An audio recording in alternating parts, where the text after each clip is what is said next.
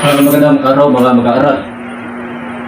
Dahil sa lindol, no, suspendido ang ating klase dito sa Cebu, kung kaya tayo ay mag-online class. No? Kung ito ay tunay na klase, kung ito ay face-to-face, mag-uumpisa muna tayo sa panalangin. No? Pero bago tayo manalangin, tingnan niyo muna yung paligid niyo, pulutin lahat ng mga kalat. At pagkatapos ay doon na tayo mananalangin, tapos magkakaroon tayo ng checking of attendance. Alamin natin kung ilan yung absent. No? Pagkatapos niyan, didiretso na tayo sa ating tatalakayin. Okay? Pero bago natin alamin ang paksa, maglaro muna tayo, no? Na tinatawag kong hulaan ang paksa. Okay? So tingnan na mabuti ang slide. Okay? Yan, may dalawang larawan. Ano kaya salita na hinahanap? Ang tamang sagot ay okay, very good. Susunod. Okay? Tingnan mabuti ang larawan, no? So, tingnan na mabuti ang larawan. Okay, at punan ng letra, tamapat lang. Okay? Ang tamang salita ay susunod na larawan. Okay? Ano kaya ang salitang hinahanap? Ang tamang sagot ay okay, very good. So, ano kaya ang paksa natin ngayong araw? So, mamili, no? Piliin ang tamang paksa, no? Na ating tatalakayin ngayong araw. Ano kaya ang paksa natin ngayong araw? Okay, ang tamang sagot ay ang diktadura sa konteksto at kamalayang Pilipino. No? Yan ay nasa strengthened K-12 curriculum. Okay? O, basahin. Okay, kibasa. Okay, very good. No? So, taong 1969, tumakbo sa ikalawang pagkakataon si Ferdinand E. Marcos bilang Pangulo ng Pilipinas. Nakalaban niya si Sergio Osmeña Jr. ng Partido Liberal na kanya namang tinalo bagamat may mga reklamo ng pandaraya sa halalan. So, alam niyo ba kung anong ibig sabihin ng halalan? Ibang salita na ibig sabihin, ano ang katumbas na salita ng halalan? Ano bang ibang salita? Eleksyon, of course. O kung saan bumuboto ang mga tao upang iluklok ang ating mga leader, no, sa gobyerno. Okay, eleksyon, no? Mula sa presidente hanggang sa pinakamababang pwesto, no, barangay kagawad. Okay? Okay, so meron tayong eleksyon na tinatawag, merong national at meron ding local. No? Ang national, yun yung pumipili tayo kung sino ating magiging presidente, vice-presidente at mga senador. No? At saka mga congressman. At meron din tayong lokal kung saan tayo ay bumuboto kung sino ang magiging mayor, vice mayor, no? At mga sangguniang panlungsod. No? Yan ang mga halimbawa ng halalan o eleksyon. Okay? So, pagdating nyo ng 18 taong gulang, maaari na kayong bumoto. Okay? Okay, pakibasa. Okay, very good. Very good. Okay, so sa pagkatapos ng panunungkulan ni Marcos, palubhan na ang mga suliraning panlipunan, ang suliranin sa mga komunista, ang kilusan ng mga Pilipino-Muslim sa Mindanao at Sulu na ibig magtatag ng kanilang sariling bansa at ang mga kaguluhang nilikha ng mga kriminal at pribadong hukbo ng mga politiko. So bakit lumubha ang suliranin sa panahon ng Pangulong Marcos Sr.? Okay, nasa slides, no? Ano yon? Ano yung mga binanggit? Okay? Suliranin sa mga komunista. Sino ba yung mga tinatawag na komunista sa ating lipunan, no? Iba tinatawag nilang New People's Army o NPA, mga rebelde, no? Iba yung tinatawag nilang mga Abu Sayyaf. Iba yung tinatawag nilang mga BIFF at iba pa, no? So, meron din sinasabi, kilusan ng mga Pilipino-Muslim sa Mindanao at Sulu, no? Na ibig magtatag ng kanilang sariling bansa, no? Ano halimbawa niyan? Yung dating pinaglalaban ng MILF o Moro Islamic Liberation Front, no? Nais nila itatag yung bansang Moro. So, noon. Pero sa ngayon, sila ay pinaburan na ng gobyerno kung kaya nagkaroon na ng bansang Moro sa Mindanao na pinamumunuan o pinapatakbo na Moro Islamic Liberation Front o MILF. Kaya ano pa nang nabanggit? Mga kaguluhang nilikha ng mga kriminal. Ano ba ibig sabihin ng kriminal? Senior high school na kayo. So, ang kriminal, yun yung mga tao, mga lumabag sa batas. Okay? So, kung walang batas na nilabag, walang krimen. Di ba? Tama o mali? Okay, tama. Okay? Very good. Okay, next. Pakibasa. Okay, very good. Magaling, no? So, ang batas militar sa Pilipinas. Okay? Ano ba sa Ingles? Okay, gamitin natin ang inyong kaalaman sa Ingles. Okay? Integrating English in our subject, in our lesson. So, ano sa tingin nyo sa Ingles ang batas militar? Sino ang makakasagot? Taas ang kamay. Okay, tama. Very good. Okay, magaling, no? Martial law sa Ingles tinatawag na batas militar, no? Ano bang nangyari? Ginamit na dahilan ng Pangulong Marcos sa pagpapaira ng batas militar ang mga kaguluhan sa bansa noong halalan ng 1969. Tinagisan ng Granada ang pangangampanya ng Partido Liberal sa Plaza Miranda na ikinasawi ng marami. So anong trahedya ang naganap? Base sa ating nabasa noong 1969 na isa sa mga dahilan kung bakit nagdeklara ng martial law o batas militar ang ating Pangulong Marcos Sr. Sino ang makakasagot? Pasang kamay. Okay, very good. Yung nangyari sa Plaza Miranda, tinagisan ng Granada ang pangangampanya ng anong partido? Tama, Partido Liberal. Ano nangyari? Pagkatapos hagisan sila ng Granada. Okay, sino makakasagot? Okay, tama. Okay, naging dahilan ng pagkasawi ng marami. Ibig sabihin, hindi lamang iisa ang namatay, hindi lamang nasugatan, kundi nasawi. Ano ba, tayo mga Bisaya, medyo kaunti, hindi kumpleto ang ating kaalaman sa mga salitang Tagalog. Kaya ipapasok natin ang inyong kaalaman, Integrated Filipino in our lesson. Ano ang halintulad? O kasi anong salita na kasing kahulugan ng salitang ikinasawi? Ano ba kasing kahulugan sa Ingles? Okay, pasok natin ang Ingles. Synonym. So, what's the synonym of ikinasawi? Very good. Ikinamatay. So, hindi lang nasugatan, kundi ikinamatay ng hindi lamang iisa, kundi ng maraming tao. So, dahil dyan, anong nangyari? Pinairal ng ating Pangulong Marcos Sr. ang batas militar. Bakit? Dahil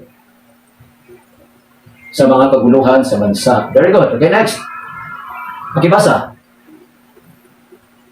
Okay, very good. Magaling. Okay, bigyan natin ng 5 bagsak. 1, 2, 3, 4, 5. Okay, very good. Okay, kapag pinairal ng batas militar, ang lahat ng kapangyarihan ay matitipon sa Pangulo kasama ng ang paggawa at pagpapatupad sa mga batas. Maaari niyang ipasara ang Kongreso, ang mga karapatan ng mga mamamayan ay maaari niyang suspindihin. Magagawa ng Pangulo ang lahat ng kanyang naisin at ang mga ito ay hindi maaaring punahin kahit pa ng hukuman. So yan ang nangyayari kapag ipinatupad na ang batas militar.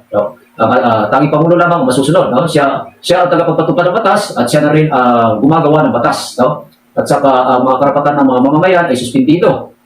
Halimbawa, ano ba mga karapatan ng mga mamamayan na masususpindi? Ano ba ibig sabihin ng masususpindi? Ibig sabihin, hindi na nila magagamit. Pansamantalang hindi magagamit. Okay? Ano mga karapatan yon?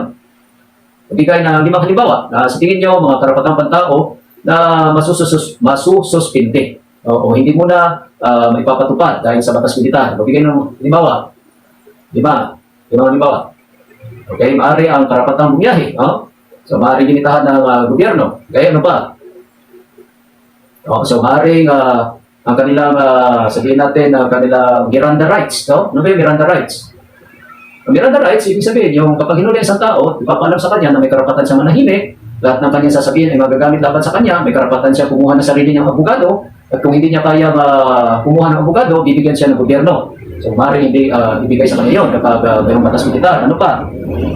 Okay? Maaari din masuspindi ang pag-issue ng search warrant. Ibig sabihin, pwede pasukin ang bahay mo anumang oras na walang search warrant sa panahon ng martial law o pagpapatupad ng batas militar. Okay? Ano pa? Okay, so yung karapatang magpahayag, So, hindi ka pwede magsalita ng masama laban sa gobyerno. Eh, maaari din masuspindi yun. Ano pa? Ano pa sa palagay niyo mga karapatan na maaari masuspindi sa oras na pinatupad ang batas militar? Okay? Ano pa? Magbigay ng halimbawa. Okay? O, yung karapatan na yung writ, yung tinatawag nilang habeas corpus. Ano ba yung habeas corpus? Yung habeas corpus, ibig sabihin, kapag ang isang tao ay nawala dahil hinuli ng mga alagad ng batas, ano ba ibig sabihin ng alagad ng batas? Sino ba mga halimbawa ng mga alagad ng batas? Anybody? Okay? So, halimbawa ng mga alagad ng batas, pulis, nagpapatupad ng batas, sundalo, okay? So, pwede rin Coast Guard, pwede rin sila, iba pang mga kawani ng pamahalakan na nagpapatupad ng batas, Pero sa batas militar, kalimitan yan, mga pulis at sundalo, okay? So, ang habeas corpus, ibig sabihin, kapag nawala isang tao, wala ka ng karapatan na humingi ng saklolo sa korte o sa husgado upang ilabas ang katawan ng iyong kamag-anak na nawala, Kasi suspindido yan sa panahon ng martial law, okay? Masyado malalim yung habeas corpus, dahil senior high pa kayo. So, magbigay tayo ng medyo simple karapatan, inyong maunawaan. Okay, wait. Ano pa? Siguro yung inyong karapatan na pagpalagay natin, Siguro yung karapatan na mabigyan ng tamang proseso, no? Ibig sabihin, kapag kayo ay sabihin natin kukunin ng gobyerno ang inyong lupa, ang inyong bahay dahil gagamitin ng gobyerno. So, ibig sabihin, agad-agad pwede na nilang kunin na kahit hindi na kayo bayaran. Okay? So, yan ang mga halimbawa ng mga karapatan na suspendido o hindi mo na pinapatupad dahil sa batas militar. Okay? Next. Pakibasa. Okay, very good. Magaling. Excellent. Okay? Ang pag-ambush kay Juan Ponce Enrile. Noong Setyembre 23, 1972, sasakyan ng kalihim na tanggulang pambansa, Juan Ponce Enrile ay pinaulanan ng bala ng mga di kilala sa larin. Nawasak ang sasakyan, ngunit hindi nasaktan si Enrile dahil sa ibang sasakyan siya nakasakay noon. Noong gabi rin iyon, napapalitan ang pagpapataw ng batas militar at ginamit na pinakahuling dahilan ang tangka sa buhay ni Enrile. No? So, ano ibig sabihin ng inyong nabasa?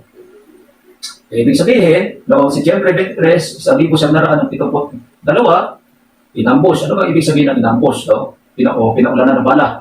So, ibig sabihin, pinababaril ang sasakyan ni Juan Ponce Enrile. Sino ba si Juan Ponce Enrile? Ano ang sagot? Sino makakasagot?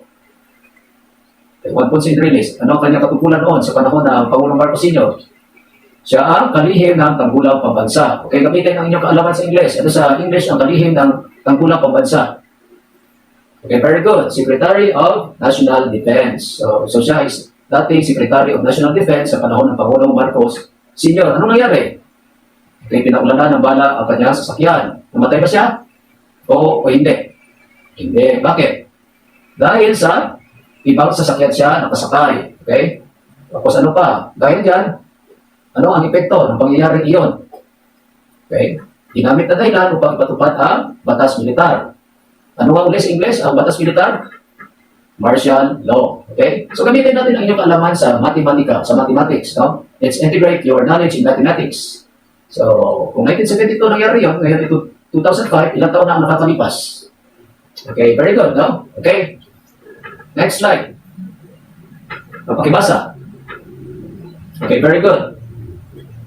Okay, gawa-gawa lamang. Pinaratangan si Marcos at Enrile na sila ang may pagana sa tangkang pagpatay sa huli. Noong 1986, si Enrile na rin ang umamin na totoo nga gawa-gawa lamang nila ni Marcos at tatong ito sa kanyang buhay. No? So, ayun dito sa slide, gawa-gawa lamang. Ano ibig sabihin ng gawa-gawa lamang?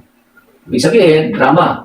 Sila mismo ang plano na ampusin si Enrile para magkaroon ng katwiran na deklara ang batas militar. Yan ay ayon sa kasaysayan, hindi yan galing sa akin. Okay? So, gawa-gawa lamang daw. Yan ang sabi. Okay? So, noong 1986, anong nangyari? Base sa inyong binasa, umamin si Enrile na gawa-gawa lamang nila ni Marcos ang tangka sa kanyang buhay. So, yan yung tinatawag natin na sabi ng iba na ambush me. No? Sila mismo nagpapa-ambush sa kanila sarili upang masira ang imahe ng kanilang mga kalaban. Diba? Dahil yan ang laro sa politika. Ano ba ibig sabihin ng laro sa politika? Dahil masyado po kayong bata, no? Pero subukan na rin natin upang inyong maunawaan, di lang dagdag alaman. Ibig sabihin ng laro sa politika, yung mga bagay na ginagawa ng mga politiko upang manatili sa kanilang pwesto o kapangyarihan. So bakit gusto ng mga politiko o ng mga opisyal sa gobyerno na manatili sa kapangyarihan? Bakit? So ikaw. Oh, very good. Dahil maraming pera sa gobyerno. Bakit maraming pera sa gobyerno? Very good. Dahil sila ang napapatupad ng batas. At ano pa? Sila ang namumulekta ng buwis. No? Ibig sabihin, ang negosyo o mga negosyante o ang malalaking kumpanya ay may posibilidad na malugi, pero ang gobyerno ay hindi malulugi sapagkat sila ang may hawak ng pera ng isang bansa. At sila rin ang nagpapa-imprenta ng bansa at sila ay namumulekta ng buwis. So, ibig sabihin, habang may bansa, mayroong pera ang gobyerno o pamahalaan. So, ganun ka-importante ang posisyon sa gobyerno. Okay? Okay, next. Okay, ibasa. O, ano sa palagay niyo? Bakit kaya ginawa ni Marcos at Enrile na gumawa ng eksena kung saan sinadyang ipa-ambush ang huli? O, si Enrile. So, bakit kaya nagdeklara ng batas militar si Marcos? Makakatulong ba ang batas militar upang panatilihin ang kapayapaan sa ating bansa? O, ano ang sagot? Senior high school na kayo, no? Ibig sabihin, sa totoo lang, college na sana kayo kung walang K-12. No? Nasa first year o second year college na kayo kung walang K-12. So, yung mga tanong, bakit kaya ginawa ni Marcos at Enrile na gumawa ng eksena kung saan sinadyang ipa-ambush ang huli? Sinabi ko nito, anybody? Okay? Okay, so of course, pwede, no? Pwede na para masira ang imahe ng kanilang mga kalaban sa politika, no? Para lumabas na masama ang kanilang kalaban sa politika, pwede yun, no? Ano pa? Okay, pwede rin para magkaroon ng dahilan ng dating Pangulong Marcos Sr. na ilagay ang Pilipinas sa ilalim ng martial law o batas militar. Pwede, okay? Punta tayo sa pangalawang tanong. Bakit kaya nung deklara ng batas militar si Marcos Sr., si dating Pangulong Marcos Sr.? Bakit? Anybody? Okay, very good, no? Para makontrol niya ang mga sitwasyon at para mahuli ng gobyerno ang mga rebelde at ang mga taong balak patalsikin ang kasalukuyang pamahalaan. Bakit ka mo? Tama ba na patalsikin ang kasalukuyang pamahalaan o hindi? Hindi. Bakit? Bakit hindi dapat patalsikin ang kasalukuyang pamahalaan? Very good. Dahil siya ang inihalal ng mga tao at dahil siya ang pinilala ng batas na leader ng bansa. So, kaya hindi siya maaaring patalsikin. Okay? Dahil kapag pinatalsik mo, ano ang tawag doon? Okay, pag-aralan natin yan mamaya kung anong tawag doon. Okay? Isa yan sa ating tatalakayan maya-maya. No?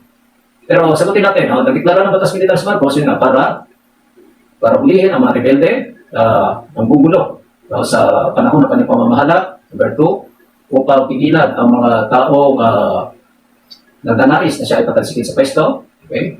Pwede. Number 3, upang makontrol ang pamahalaan lumulubhang suliranin o kalagayan ng mga Pilipino o yung kaguluhan upang makontrol ng pamahalaan ng kaguluhan. Bakit ka mo? Dahil kung mayroong batas militar, mayroong mga checkpoints. So, ibig sabihin ng checkpoints, may mga sundalo o pulis na naka-istasyon, no? O nakapwesto sa iba't ibang lugar, sa iba't ibang panig ng Pilipinas upang bantayan upang bantayan ang lansangan upang walang kriminal na gumawa upang maiwasan ang paglaganap ng krimen. Halimbawa, mayroong nakatayong mga pulis. No? So, titingnan nila kung mayroong bang dalang mga baril ang mga motorista. No? Kasi posible na ang mga rebelde at iba pa ang mga masasamang loob, posible na may binabiyahe sila ang mga armas o mga bagay na makakasakit sa kanilang kapwa. No? So, pwede para maiwasan ang mga krimen at upang maiwasan ang lumulubhang kaguluhan sa panahon ng pamamahala ng Pangulong Marcos Sr. Okay? Tanong, makakatulong ba ang batas militar upang panatilihin ang kapayapaan sa ating bansa? Okay, pwede, no? Pwede makakatulong ang batas militar dahil kapag mayroong batas militar, mga alagad ng batas ay aktibo na nagpapatrolya. Ibig sabihin, yung mga kriminal na pag-alagala, mahaligid, at naghihintay ng kanilang bibiktimahin ay madaling mahuli at madaling makita ng mga alagad ng batas. At ano pa? Of course, yung may mga personal na interest, ibig sabihin, yung mga politiko na ginagamit ang mga tao upang mailagay sila sa pwesto ay makukontrol ng pamahalaan. Ibig sabihin, maaari silang ikulong dahil hindi na kailangan ng warrant of arrest at hindi na rin kailangan ng habeas corpus. So, maaari na silang ikulong upang hindi nila abusuhin mga tao. Kasi may kalimitan sa mga tao, kasi ang mga tao, ang mga mamamayan ay maaari po sa natalahan ng mga politiko, lalo na yung mga panatiko. Ano ba ibig sabihin ng panatiko?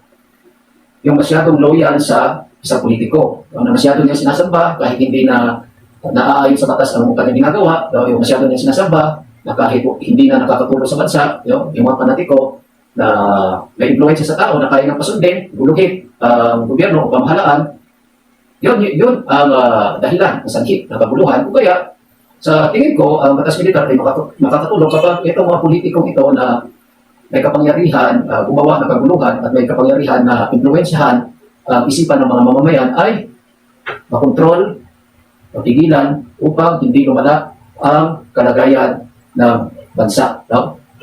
Diba? Tama ba ako mali? Of course, tama. Okay? So, gamitin natin ang ating kaalaman within curriculum. Ibig sabihin, yung ating subject PK, pag-aaral ng kasaysayan, at Lipunan Pilipino, pinag-aralan natin ang panahon ng mga Espanyol, ang panahon ng mga Kastila, panahon ng Apones, at panahon ng Amerikano. So, napag-aralan natin na ano ang similarity? Ano ba sa Tagalog ang similarity? Ano ang pagkakahalintulad ng kalagayan sa panahon ng Kastila at sa panahon ng martial law? Anybody? Sino makakasagot? Applying knowledge within curriculum. Italagay natin yan, mga paraang linggo. Okay, very good. Sa panahon ng Kastila, mayroong mga pang-aabuso na nangyari. Okay?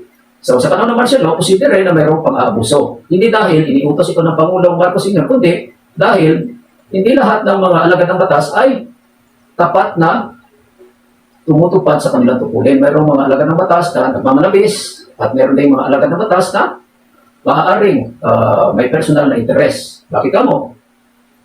Paralan natin, philosophy, psychology. Ibig sabihin, ang tao, nasa tao, di ka sa tao na maging gahaman na abusuhin ang kanyang kapwa, di ba? Kung kaya nga sa eskwelahan may tinatawag na mga bully, kung kaya nga sa mundo ito may tinatawag na biktima, may tinatawag na mga abusado, dahil di ka sa tao na umabuso. Okay? So, yun yung pagkakahalintulad, applying knowledge within curriculum. Sa panahon ng Kastila, may mga pang-abuso. Sa panahon ng batas militar, meron ding mga pang-abuso. Okay? So, ano ba pinakaiba? Pinakaiba sa panahon ng Kastila, ang umaabuso sa atin ay ibang lahi. Sa panahon ng martial law, ang umaabuso sa atin ay kapwa natin, Pilipino. Okay? Hindi ko sinasabi na si Pangulong Marcos Sr. lamang ang ibig ko sabihin, hindi si Pangulong Marcos Sr. ang umaabuso sa Pilipino, kundi mayroon din mga Pilipino na ginagamit ang sitwasyon upang pagsamantalahan ang kanyang kapwa at saka ibibigta sa pamahalaan ang krimeng na kanyang ginawa. Okay? Posible o hindi posible? Posible. Okay? Tuloy tayo. Pakibasa. Okay, ang Proclamation 1081. Ano ba ito? Ito ang proklamasyon na naglalagay sa Pilipinas sa ilalim ng batas militar noong panahon ng panunungkulan ni dating Pangulong Ferdinand Marcos Sr. Ipinakulong ni Marcos Sr. ang kanyang mga kritiko kasama ng mga senador, kongresista, mamamahayag, estudyante, pare, madre at mga negosyante.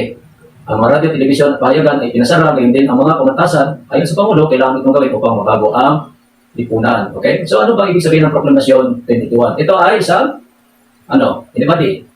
Ikaw, ano ba yung Proclamation 1081? Ito ay isang starts with letter B at nagtatapos sa letter S. Ilang letra? 5 letra. 5 letra salita na nag-umpisa sa letter B, boy, nagtatapos sa letter S. Okay, tama, batas. Ano bang batas sa English? Law. Okay, so Proclamation 1081 ay batas. Anong klase batas ito? Ito ang batas na naglagay sa Pilipinas sa ilalim ng batas militar. Kailan? Noong panahon ng panunungkulan ni dating Pangulong Ferdinand Marcos Sr. Okay? Ano nangyari? Okay, sinasabi dito, pinakulong ni Marcos Sr. ang kanyang mga kritiko, kasama na ang mga senador, kongresista, mamamahayag, estudyante, pare, madre at mga negosyante. Ang mga radyo, telebisyon at pahayagan ay pinasara, gayon din ang mga pamantasan. Ayon sa Pangulo, kailangan itong gawin upang mabago ang lipunan. So, sa tingin niyo, bakit ipinasara ng dating Pangulong Marcos Sr. ang radyo, telebisyon at pahayagan? Anybody? Very good. Dahil maaari itong gamitin ang kanyang mga kalaban upang sirain ang kanyang pagkatao. Diba? Sa radyo. So, sa radyo, maaari, bakit napaka-importante ng radyo, telebisyon at pahayagan? Anybody? Ano ba ang tawag dito? Tama, dahil ito ay mass media. Ibig sabihin, nakakarating sa maraming tao. Kapag nakarating sa maraming tao, pumapasok sa utak ng tao, at napukondisyon ang isipan ng mga tao. So, kung pangit ang sinasabi tungkol sa isang Pangulo o tungkol sa isang leader ng isang bansa, so ano mangyayari? Posible din na magiging pangit o ang tingin ng mga tao sa kanya dahil sa radyo, telebisyon at pahayagan. Okay? Bakit isinama ang pamantasan? Ano ba ibig sabihin ng pamantasan? Very good. Universidad, eskwelahan, kolehiyo, mga universities and colleges. Bakit ito na isama sa pinasara? Very good. Dahil marami dyan na masyadong malikot ang isipan. Meron tinatawag natin mga political adventurist or political adventurer. Ano ba political adventurer? Yung mga tao na walang magawa sa buhay o sabihin natin nabuburyong, naiinip. So gusto nila na magulo ang isang lugar o isang bansa upang meron silang oportunidad na makaupo sa gobyerno upang magkaroon sila ng libangan o magkaroon sila ng inspirasyon. Baka hindi na sila masaya sa labis na pag-aaral, so gusto nila lumabas, magkaroon ng kaguluhan para mabigyan kasiyahan kanila sarili. Siyempre, kung nasa lansangan, wala ka nang memoryahin, o nandun ka lang, sigaw na sigaw, ano pa? Salita ng mga masasama, laban sa isang tao. Diba, ang mga tao, kalimitan sa mga tao, o sabihin natin, sa aking palagay, hindi ka sa mga tao na kusgahan ang kanyang kapwa-tao, diba? Kaya nga may tinatawag tayong mga chismosa, mga marites, diba? Kasi sa aking palagay, ang tao ay parang nakakaramdam ng, sabihin natin, nakakaramdam ng sabihin natin natutuwa, no? Natutuwa siya kung meron siya sinasabing masama sa kanyang kapwa, no? Pero ganun. Sa panahon ng martial law, yung mga pamantasan, maraming mga kabataan na maraming naglalaro sa kanilang isipan, kung kaya pumupunta sila sa lansangan, sinisigaw nila ang kanilang mga sabihin natin, sinisigaw nila tumatakbo sa kanilang isipan, o kaya naipasara ito noong panahon ng martial law. Okay? Next. Makibasa. Very good. Magaling. Ang pagbaril kay Senador Aquino Jr. Noong Agosto 21, 1983, bumalik sa Pilipinas si Senador Benigno Ninoy Aquino Jr. kung kailan pataksil siyang binaril ng bumaba sa eroplano sinakyan. At pinagbitangan bumaril sa kanya si Rolando Galman, ay napatay naman ang mga sundalo ng kapaligid sa paliparan. So, sino ba ito si Senador Benigno Ninoy Aquino Jr.? Siya ay isang kritiko ng dating Pangulong Marcos Sr. Pagka sinabi mong kritiko, ano ibig sabihin? Very good, no? Pwede masasabi natin kalaban. Pwede yung nagsasalita ng mga hindi magaganda, no? Laban sa dating Pangulo. Okay? Pumupuna. Very good. No? Pumupuna sa mga galaw ng dating Pangulo. Okay? So ano ba nangyari kay dating Senador Ninoy Aquino Jr.? Okay, very good. Binaril siya saan? Sa paliparan. Ano ba paliparan sa Ingles? Airport. So binaril siya sa airport. Ano ang pangalan ng airport kung saan binaril si dating Senador Benigno Ninoy Aquino Jr.? Very good. Manila International Airport. Ano sa kasalukuyan ang pangalan ng Manila International Airport? Anybody? Very good. Ito na ay pinangalanan na itong Ninoy Aquino International Airport bilang pagkilala sa kabayanihan ni dating Senador, sa kabayanihan ni dating Senador Benigno Ninoy Aquino Jr. Kung kaya pinalitan ang pangalan na Manila International Airport sa pangalan Ninoy Aquino International Airport. Okay, sino ang pinagbitangang bumaril? Anybody? Very good. Si Rolando Galman. Okay? Next. Anybody? Let's read. Everybody. Okay, very good. Ang paniniwala ng sambayanan Pilipino. Pinaratangan ng sambayanan ang mga sundalo na sila ang pumatay kay Senador Aquino at ginamit lamang si Galman upang mapagbintangan. Isinangkot dito si Pangulong Marcos Sr. at ang mga taong malalapit sa kanya kasama ng Chief of Staff, General Fabian Ver. So, okay, so ano nangyari? Okay, pinaratangan ng sambayanan. Sino? Ang mga sundalo. O para daw sa sambayanan. Ano ba ibig sabihin ng sambayanan? Okay, so the Filipino people, no? Mga tao, mga mamamayan. So, ano ang kanilang paniniwala? Tama, sundalo ang pumatay kay Senador Aquino Jr. Yan ang kanilang paniniwala. At ano pa? Ano pa sa tingin nila na nangyari? Very good. Si Galman ay pinagbintangan lamang. Okay? Pero para sa kanila, sino ang talaga may pakana sa pagpatay kay Senador, para sa bayan ng Pilipino noon, sino talaga may pakana sa pagpatay kay dating Senador Benigno Aquino Jr.? Kay si Pangulong Marcos Sr. ang kanilang isinasangkot. Siya lamang ba? Si Pangulong Marcos Sr. lamang ba? Hindi. Okay, kasama na mga taong malalapit sa kanya. Sino ba mga taong malalapit sa kanya? Base sa ating binasa. Okay, si Fabian Ver. So si Fabian Ver, ano ba ang kanyang katungkulan? Ano ba ang katungkulan ni Fabian Ver sa panahon ng dating Pangulong Marcos Sr.? Okay, very good. Siya ay Chief of Staff. Ano bang ibig sabihin ng Chief of Staff? Ano bang position ng Chief of Staff? Okay, anybody? Meron na kayong idea? Okay, ang Chief of Staff, yan ang pinakamataas na opisyal ng AFP. Ano bang ibig sabihin ng AFP? Very good. Armed Forces of the Philippines. Siya ang pinakamataas na general ng hukbong sandatahan ng Pilipinas. Okay? Next. Pakibasa. Snap election. Okay, very good. Pagaling. Ang snap election noong 1986. Noong Pebrero 7, 1986, nagpatawag ng snap election si Pangulong Marcos Sr. at kumandidato sa ika-4 na pagkakataon bilang Pangulo at si Arturo Tolentino naman ang kanyang pangalawang Pangulo sa ilalim ng Partidong Kilusang Bagong Lipunan o KPL. Ang kanilang katunggali ay sina Corazon Cory Aquino, ang balo ni Ninoy bilang Pangulo at si Salvador Laurel naman bilang pangalawang Pangulo sa ilalim ng nagkakaisa posisyon. So anong nangyari noong February 7, 1986 o ikapito ng Pebrero, 1986? Anong nangyari? Anybody? Okay, very good. Nagpatawag ng snap election si Pangulong Marcos Sr. Ano ibig sabihin ng snap election? Okay, gamitin natin ang inyong kalaman sa Ingles. 2 words, snap at election. O, snap. Ibig sabihin ganyan, di ba? Pagka gumanyan ka, ano ba ibig sabihin? Di ba? Parang magic, no? Abracadabra. Di ba? Nandyan ka agad. Ang ibig sabihin, nandyan ka agad. Snap, no? The snap of a finger, no? So, madyan kagad. Ibig sabihin, madali ang pagpapatupad ng eleksyon. Kailan? Noong 1986. Sino ang mga kumandidato? Of course, si Pangulong Marcos Sr. at ang kanyang Vice President, sino? Base sa ating binasa, si Arturo Tolentino. Okay? Sino ang kanilang kalaban? Sina Corazon Cory Aquino at Salvador Laurel. Okay? Sino si Corazon Cory Aquino? Ang balo ni Ninoy. Ibig sabihin siya ang asawa ni Ninoy Aquino. Bakit tinawag siyang balo? Ano ba ibig sabihin ng balo? Namatayan ng asawa. Very good. Okay? Ano ang balo sa English? Ano ang balo sa English? Starts with letter W and ends with letter W. Very good. Widow. Widow sa English ang balo. Ibig sabihin siya ang asawa ni Senador Benigno Aquino na namatay. Okay? Tumakbo siya bilang Pangulo noong 1986 at ang kanyang pangalawang Pangulo ay si Salvador Laurel. Ang kanilang kalaban ay si Pangulong Marcos Sr. at si Arturo Tolentino. Okay? Ano ba ang partido ni Pangulong Marcos Sr.? Ang KPL. Ano ibig sabihin ng KPL? Kilusang Bagong Lipunan. Okay, very good. Okay, pakibasa. Okay, ang pagkapanalo ni Marcos at Tolentino, ipinahayag ng Batasang Pambansa na binubuo ng mga KPL ang mayorya ang pagbawagi ni Marcos at Tolentino. Hindi ito matanggap ng oposisyon kaya nagprotesta sila maging ang ibang bansa ay maging kumilala sa pagbawagi ni Marcos at Tolentino. So, ibig sabihin nanalo sina Pangulong Marcos bilang Pangulo at si Tolentino naman bilang pangalawang Pangulo. Pero tinanggap pa ito ng kanilang kalaban? Of course, hindi. No? Okay?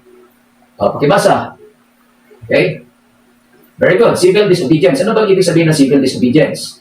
Okay? So, sinabi dyan na civil disobedience, mayroong malawakang protesta sa buong Kamaynilaan. Okay? Nakikisa si Ginang Aquino at ipinanawagan niya sa mga tao na i-boycott ang mga industriya, bangko at kumpanyang pag-aari o kontrolado ng mga tao malalapit kay Marcos, hindi pagtupad sa pananagutang sibil tulad ng pagbabayad ng buwis at konsumo sa kuryente. So, ano ibig sabihin? Ibig sabihin, from the word civil, disobedience, civil, karamihan, mga tao, civil disobedience, hindi pagtupad sa tungkulin bilang isang mamamayan, isang bansa. So, ano kanilang gawa? Pinanawagan ni Ginang Aquino na i-boycott. Ano ba ibig sabihin ng boycott? Ibig sabihin, huwag kang tilikin. Hindi nila gagamitin ang mga serbisyo ng mga bangko, mga mga pamilihan, at iba-iba pang at iba't ibang industriya. So, ibig sabihin, hindi nila gagamitin ang mga negosyo na malalapit sa kay dating Pangulong Marcos Sr. Okay? At ipinanawagan din ni Ginang Aquino na huwag magbayad ng buwis at huwag magbayad ng kuryente at tubig ang lahat ng mga Pilipino. Okay? Upang ipakita nila na hindi nila tinatanggap ang resulta ng eleksyon. Bakit ano ba ang naging resulta ng eleksyon noong 1986? Nagwagi sina Marcos Sr. at Tolentino. Okay? Hindi ito tinanggap kung kaya nagprotesta si Ginang Aquino at ipinanawagan sa mga tao na huwag suportahan ang pamahalaan ng dating Pangulong Marcos Sr. Okay, next. Ano ang nakikita nyo sa ating slide? Ang people power o EDSA revolution. Okay? Okay, pakibasa. Okay, very good. Noong Pebrero 22, 1986, napatawag ng pulong sina Minister Juan Ponce Enrile ng Tanggulang Pambansa, Vice Chief of Staff Fidel Ramos ng Sandatang Lakas ng Pilipinas. Ipinahayag nila na hindi na nila kinikilala ang pamumuno ni Marcos Sr. sapagkat nagtamo ito ng kapangyarihan sa pamamagitan ng pandaraya. So ano ang nangyari noong Pebrero 22, 1986?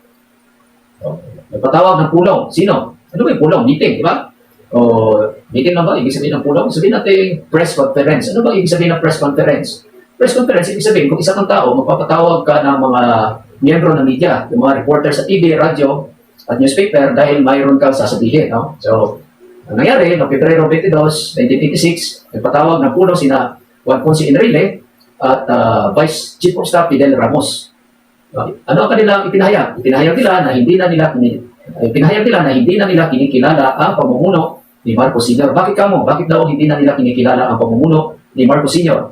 Dahil para sa kanila, nagtamo daw ito ng kapangyarihan sa pamamagitan ng pandaraya. Okay? Next, ikibasa. Okay, very good.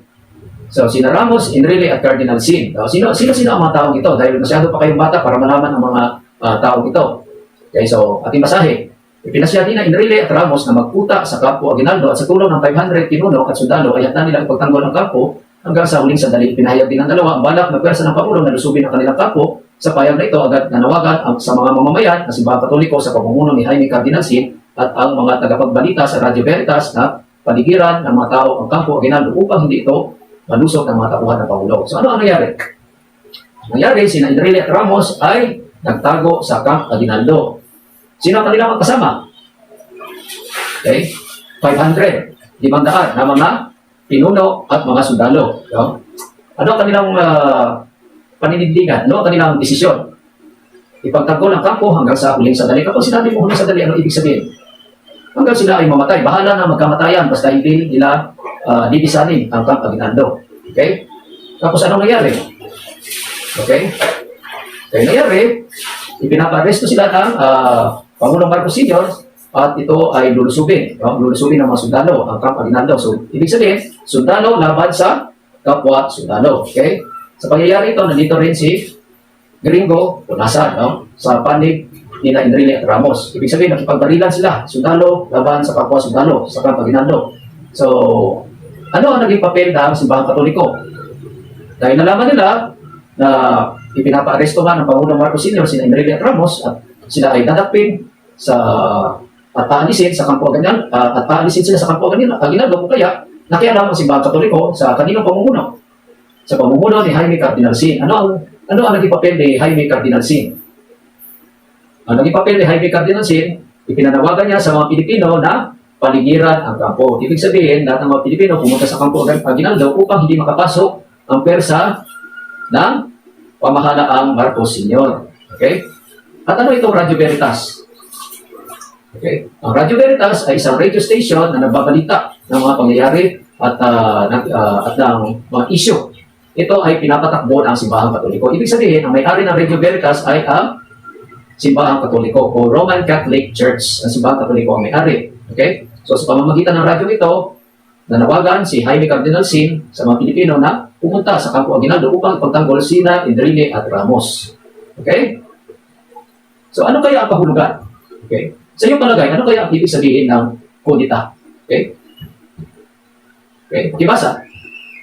Okay, very good. Magaling. Ang kudita ay mula sa salitang Frances, na kudita. No? Ang ibig sabihin ay pag-aaklas ng isang maliit na organisadong grupo o seksyon ng Estado upang pabagsakin at palitan ang nakaluklok na gobyerno. Ang ganito pagkilos ay karaniwang inilulunsad ng militar at itinataguyod at palihin ng ilang matataas na opisyal ng pamahalaan. No? So, base sa inyong nabasa, anong ibig sabihin ng kudita?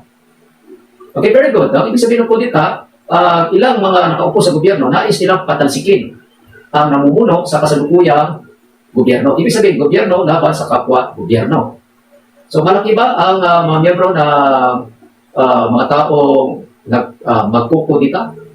Kasi sa ating nabasa, mga maliit lang sila na grupo. No? Kung isa lang sila bahagi ng Estado. Ano ang kanilang ngayon eh? Palitan ang nakaluklok na gobyerno. Ibig sabihin, sila ay mga taga-gobyerno din. No? Para tumaas ang kanilang posisyon sa gobyerno o upang palitan nila ang kasalukuyang nakaupo sa gobyerno, kanila ito paalisin. Paano nila paalisin? Of course, gagamit sila ng ano ang kanilang gagamitin? Okay, maaari sila gumamit ng pagprotesta. Okay, maaari sila pumunta sa lansangan, sumuporta ng mga tao na manawagan na bumaba ang kasalukuyang nakaupo sa ating pamahalaan. So, kanilang gagamitin ang kanilang influensya upang pababain ang kasalukuyang nanunungkulan o namumuno. Ano ba? Maaari din gamitin ang militar. Okay? Maaaring gamitin ang militar. Ibig sabihin, ang mga sundalo ay gagamitin ng mga politiko o ng mga opisyal ng gobyerno upang kalabanin ang kasalukuyang pamahalaan o kasalukuyang leader o pinuno ng ating pamahalaan. No? Yan ang kudita. So kung sila ay magtatagumpay, anong mangyayari sa kanila, at kung hindi sila magtatagumpay, anong mangyayari sa kanila. Okay, dalawang senaryo lamang yan. No? Kung ang kudita ay nagtagumpay, sila ay magiging lehitimong gobyerno. Ibig sabihin, papalitan nila ang pinatalsik na gobyerno o pamahalaan. Sila ay magiging lehitimo. Ibig sabihin, legal government sila na ang bagong pinuno. Pero kapag hindi sila nagtagumpay, anong mangyayari sa kanila? Sila ay hahatulan ng anong ihahatol sa kanila? Anong krimen o kasalanan ang ihahatol sa kanila ng batas? Of course, maaaring rebellion, sedition, inciting to sedition, no? Maaaring mutiny. rebellion, pwede rin terrorism. Okay? Yun ang mangyayari sa kanila. Okay, next. Pakibasa. Okay, very good. Noong Pebrero 25, 1986, okay, nanumpa, no? Magkasabay na nanumpa bilang Pangulo ng Pilipinas, sina dating Pangulong Marcos Sr. at si Ginal Corazon Aquino. Saan nanumpa si dating Pangulong Marcos Sr.? Nanumpa siya sa Malacanang. Okay? Habang si Ginang Aquino at Laurel, saan sila nanumpa? Sa Club Filipino. No? Saan ba itong Club Filipino? Ang Club Filipino ay isang lugar, no, kung saan nagtitipon ang mga politiko. Kung hindi ako nagkakamali, ito ay matatagpuan sa San Juan, Manila, no? Sa Metro Manila ito. Okay, next ang sumaksi sa panunumpan ni Aquino at Laurel, samantalang kay Marcos ay dinaluhan lamang ng ilang pinuno. So, ibig sabihin mga mag-aral, ibig sabihin ito, no? Ibig sabihin, dalawang pangulo ang nanumpa sa isang araw, noong Pebrero 25, 1986, February 25, 1986. Sina Ginang Aquino bilang presidente at si Salvador Laurel bilang vice-presidente, saan sila nanumpa? Sa Club Filipino. So maraming tao pumunta sa kanila, sikat man at hindi sikat. At nanumpa rin bilang Pangulo si dating Pangulong Ferdinand Marcos Sr. at kanyang vice-presidente na si Tolentino, na dinaluhan lamang daw ng ilan, no? Ilang pinuno at hindi mga kilalang tao. So ibig sabihin ito, mas sikat, mas maraming pumunta sa panunumpa ni Ginang Aquino kaysa sa panunumpa ni Pangulong Marcos Sr. Ang tanong, pwede ba yun? Pwede ba manumpa bilang Pangulo ng Pilipinas ang dalawang kandidato o dalawang tao ng magkaibang partido? Pwede ba yun? Pwede manumpa ang dalawang Pangulo? Sa isang araw, pwede ba dalawang Pangulo sa Republika ng Pilipinas? Dalawang Pangulo nakaupo? Pwede ba yun? Okay, sagutin natin. Pakibasa. Okay, very good. De jure versus de facto government. Okay, sa batas at pamahalaan, ang de jure sa pamamagitan ng batas ay sinasalarawan ang mga kasanayan na legal na kinikilala hindi alintana kung umiira sa katotohanan ang kasanayan. Sa kaibahan, sinasalarawan ang de facto sa katunayan ang mga sitwasyon na mayroon sa realidad kahit hindi ito formal na kilala. Ibig sabihin, ang de jure, ito ang kinikilala ng batas. Pamahalaan, kinikilala ng batas. Ang de facto government, kinikilala ng mga tao. No? Ibig sabihin, popular ang de facto, pero wala siyang basihan sa batas. Inigan siya, no? Pero suportado ng mga tao. Ang de jure ay gigan siya ang lehitimo, suportado ng batas, pero hindi siya popular. Hindi na siya popular sa mga tao. Hindi na siya sinusuportahan ng mga tao. Okay? Halimbawa niya, no? Sa panahon ng Kastila, alin ang de jure, alin ang de facto. Bigyan ko kayo. Sa panahon ng Kastila, meron dalawang pamahalaan. Pamahalaan ng Kastila at pamahalaan ni Emilio Aguinaldo. Alin dito ang de jure, alin ang de jure at alin ang de facto government. Okay, very good, no? Ang de jure government ay pamahalaan ng mga Kastila, ng Espanya. Dahil ito ang kinikilala ng batas. Dahil ang batas ng Espanya ang ipinapatupad sa panahon ng Kastila. Ang de facto government ay yung pamahalaan ni Emilio Aguinaldo. Ang pamahalaan ni Emilio Aguinaldo ang de facto government. Dahil ito ay walang basihan sa batas. Dahil ang nilira ng batas ay batas ng Espanya. O kaya sila ay de facto government. Dahil hindi sila suportado ng batas. At hindi sila kinikilala ng batas. Okay? Pero sila ang popular at suportado ng mga Pilipino. Okay? So, ganun ang nangyari. So, sa panahon ng diktadura, o panahon ng martial law, ayaw ko tawagin na panahon ng diktadura ito dahil hindi ko masasabi panahon ng diktadura dahil ang nangyari ay parang nagkaroon lamang ng pag-aaway sa politika, no? Political chaos. Pero sabihin natin panahon ng martial law. Sa panahon ng martial law, sino ang de jure government at sino ang de facto government? Okay? Pag dalawa na pagpipilian niyo, si Corazon Aquino, saan ba siya? Sa de jure ba siya o de facto? Tama, isa siyang de facto. No, dahil hindi siya kinikilala ng batas sa panahon niyaon na nagwagi bilang Pangulo. Sino ang de jure? Ang de jure si Pangulong Marcos Sr. Sapagkat siya ang idineklara na nagwagi bilang Pangulo sa kanyang ikaapat na termino. Okay, very good. Okay, pakipasa. Okay, very good. No? Sa bandang huli, pinasya ni Marcos Sr. na lisanin ang Malacanang sa tulong ng buong Amerikano patungong Clark Air Base. Mula dito, dinala siya at kanyang pamilya sa Anderson Air Base sa Guam. At matapos ay sa Hawaii, dito nagwakas ang 20 taong kapangyarihan ni Marcos Sr. at ang rehimeng autoritarya na tinatag niya. No? So, yun. Bumiyahe papuntang saan pupunta? Okay, saan sila papunta? Nilisan ni Pangulong Marcos Sr. ang Malacanang. Sino ang tumulong sa kanila? Mga Amerikano, patungong Clark Air Base. So, dinala siya at ang kanyang pamilya sa Guam. Pagkatapos ay lumipat sila sa Hawaii. At doon na nagtapos 20 taong kapangyarihan ni Marcos Sr. Okay? At ang humanili sa kanya, okay, ay si Pangulong Corazon Aquino. ang balo ni Senador Benigno Ninoy Aquino Jr. Okay? Okay. Okay, tingnan ang larawan. Okay? Gamitin natin ang research-based knowledge. Ibig sabihin, ang ating kalaman sa pananaliksik, no? Pananaliksik o research. Okay? Tingnan natin. Okay? So, sa panahon ng martial law, meron dito mga numero. Okay? September 21, 1972. So, ito yung petsa na pinirmahan ni dati Pangulong Marcos Sr. ang Proclamation number 1081 na naglalagay sa Pilipinas sa ilalim ng martial law. Okay? Tapos, sinasabi rin dito, okay, 107,240 naging biktima. Okay? O sabihin natin yun, nagkaroon ng human rights violation. 70,000 ang inaresto, no? At ikinulong na walang warrant of arrest. 34,000 di umano na tinorture. 3,240 di umano pinatay ng mga sundalo at mga pulis.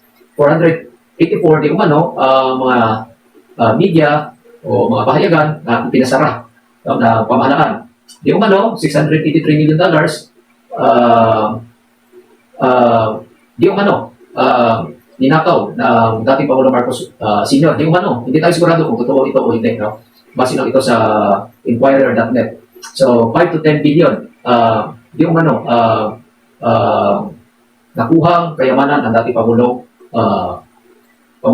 Marcos Sr. Tapos 6,281, okay, number of Marcos laws from September 1972 to February 1986. 6,281 ang mga batas at kanyang ginawa ng dating Pangulong Marcos Sr. Okay? Okay, so kung face-to-face ito, hahatiin ang klase sa 4 na pangkat at gagawin ang mga sumusunod. Unang pangkat, gumawa ng slogan na nananawagan sa gobyerno na itigil ang pang-abuso sa karapatang tao. Disclaimer lang ha, ito ay hindi nyo tututuhanin. Ito ay roleplay lang. Kunwari lang para inyong maalala ang mga ginawa ng mga Pilipino noong panahon ng batas militar. Ikalawang pangkat, gagawa ang mga mag-aral ng awitin angkop sa mga pangyayari noong panahon ni Pangulong Ferdinand Marcos Sr. Ikatlong pangkat, gagawa ang mag-aral ng impromptu speech na nananawagan sa gobyerno na itigil ang pang-abuso sa kapangyarihan at irespeto ang mga karapatang tao. Ikaapat na pangkat, gagawa ang mga mag-aral ng timeline na kung saan ipinapakita ang mga mahahalagang pangyayari noong panahon ng panunungkulan ng dating Pangulong Ferdinand Marcos Sr. Okay, so group yourselves. No? Pagkatapos ipasa ninyo ang inyong mga pangalan, no? Ang mga membro ng inyong pangkat, okay, at ang inyong leader ng inyong pangkat, no? Ipasa ninyo per group sa isa 1/4 na papel ang inyong group number, at ang inyong leader at ang inyong mga members. Okay, pasa ninyo, gawin ninyo itong aking mga inihanda, no? Gawin ninyo itong mga activity ay inyong ipasa sa akin. Yung gagawin ninyo ito, ang lahat ng ito ay inyong gagawin, ipasa sa akin, no? So, kung ito ay face-to-face, mayroon kayo 5 minuto lamang para ito ay tapusin. Ang rubrics, okay, ikita nyo dyan 20, 60, 80, at 100. No? Pasahin nyo na lang. O yan ang basihan ng inyong marka. Kung gaano pa kaganda at ang inyong ginawa. Okay? Katapos yan ay maglalaro tayo ng Kahoot. Okay? Online games. Then, homework for enrichment. Ano ba ang ibig sabihin ng yellow ribbon? No? Yellow ribbon, noong 1986 o noong panahon na EDSA People Power Revolution. Now, i-research niyo dahil mayroong Google naman ngayon, hindi katulad sa amin noon na kailangan pa talagang pumunta ng library. Pero ngayon, may AI na, may Google na at iba pang high-tech na platform. Madali lamang ninyo research o mahanap ang kasagutan. So, ano bang ibig sabihin ng yellow ribbon ito noong panahon ng EDSA People Power Revolution? Okay? Concluding activity. Okay? So, concluding activity, pagmasdan mabuti ang mukha ng dating Pangulong Marcos Sr. at sa inyong palagay, ano kaya ang kanyang sinabi sa sambayan ng Pilipino o sa lahat ng mga Pilipino noong panahong yaon. Okay, so dito nagtatapos ang ating leksyon, paksa, at sana meron kayong natutunan at tupasan ninyo lahat ng mga gawain upang kayo ay mabigyan ng kaukulang marka. Maraming salamat po at mabuhay.